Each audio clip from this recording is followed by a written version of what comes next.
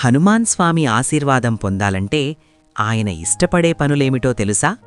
మొదటిది శ్రీరామనామాన్ని జపించడం.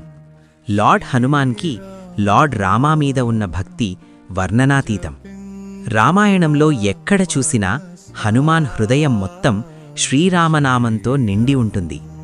ఒకసారి హనుమాన్ తన గుండెను చీల్చి చూపించినప్పుడు అందులో శ్రీరాముడు సీతమ్మ వాసం చేస్తున్నారని చెబుతారు. అంతటి భక్తి, అంతటి నమ్మకం. అందుకే హనుమాన్ స్వామి ఇష్టపడేది ఏదైనా ఉంటే అది శ్రీరామనామం మాత్రమే. హనుమాన్ స్వయంగా చెప్పిన మాట, ఎక్కడైతే శ్రీరామ్ నామకీర్తనలు లేదా శ్రీరామ జపముంటుందో అక్కడ నేనుంటాను అని.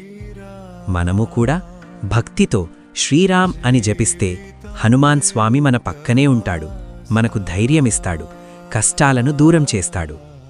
శ్రీరామనామం ఉన్నచోట హనుమాన్ స్వామి సాక్షాత్కారంగా ఉంటాడని పురాణాలు చెబుతున్నాయి. రెండవది, నిజాయితీగా జీవించడం. అబద్ధం, మోసం లేకుండా జీవిస్తే ఆయన కృప ఉంటుంది. మూడవది, పెద్దలకు గౌరవమివ్వడం. వినయమున్నవారిని హనుమాన్ ఎప్పుడూ కాపాడతాడు. నాలుగవది, మంగళవారం, శనివారం పూజ చేయడం. ఈ రోజుల్లో భక్తితో పూజిస్తే శుభఫలితాలు వస్తాయి. ఐదవది, అవసరమైన వారికి సహాయం చేయడం.